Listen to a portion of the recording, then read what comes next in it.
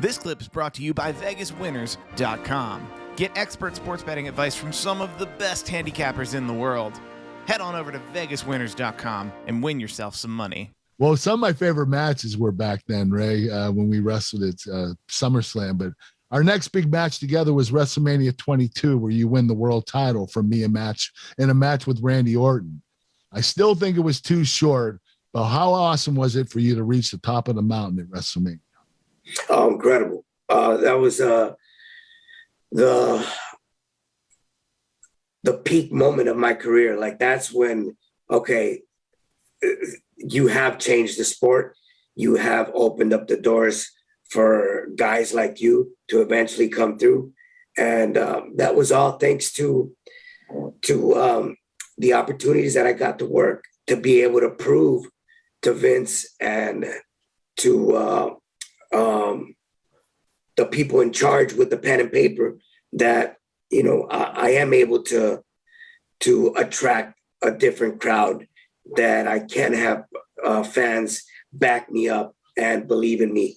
You know, same thing happened with Eddie and with Chris. You know, for so long, they were waiting for them to become champions. And that moment came and it changed the industry forever. Same thing happened with me, you know, and I'm really, truly blessed to have been given that opportunity.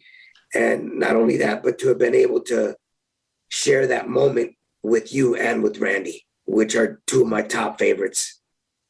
Thank you, Ray. You know what? It's crazy, but do you think that Eddie winning the world title and Benoit winning the world title and Jericho, guys that were a little bit undersized, do you think that gave you more of an opportunity to end up winning the world title? Yeah, I think it all happened. Started changing. You didn't have to be a big guy anymore. Yeah, I think it all happened based on timing. And I don't say this in a bad way, but Eddie passing in November kind of opened up that door because of the connection that Eddie and I had. And the fans, still to this day, they would see Eddie through me.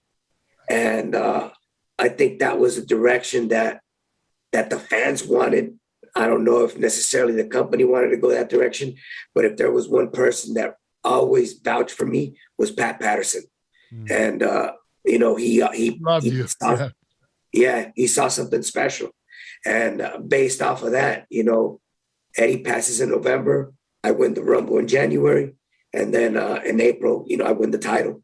So definitely, I don't know. It might have happened down the road later, perhaps. But because Eddie was no longer with us, I think the momentum kind of shifted over to me. Would you say that was the moment, or was there another moment in time where you thought, hey, I'm going to have a shot, or they're going to strap the rocket to my back to have a run here as a WWE champion? Like, this is really going to happen for me. What was that moment in time that you recognized that as becoming potentially a reality for you, for Rey Mysterio? I think during that time, WrestleMania, without a doubt.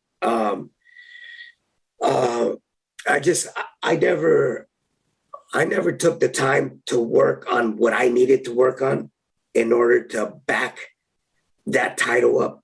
And that was work on my promos, character development, you know, something that in lucha, you were never taught that part of this industry. So I think that's where I really dropped the ball tremendously on not being able to back up having the title and being able to cut promos. Never been really a promo guy. I want to say that I do most of my talking inside the ring, you know, and that's what fans know me for.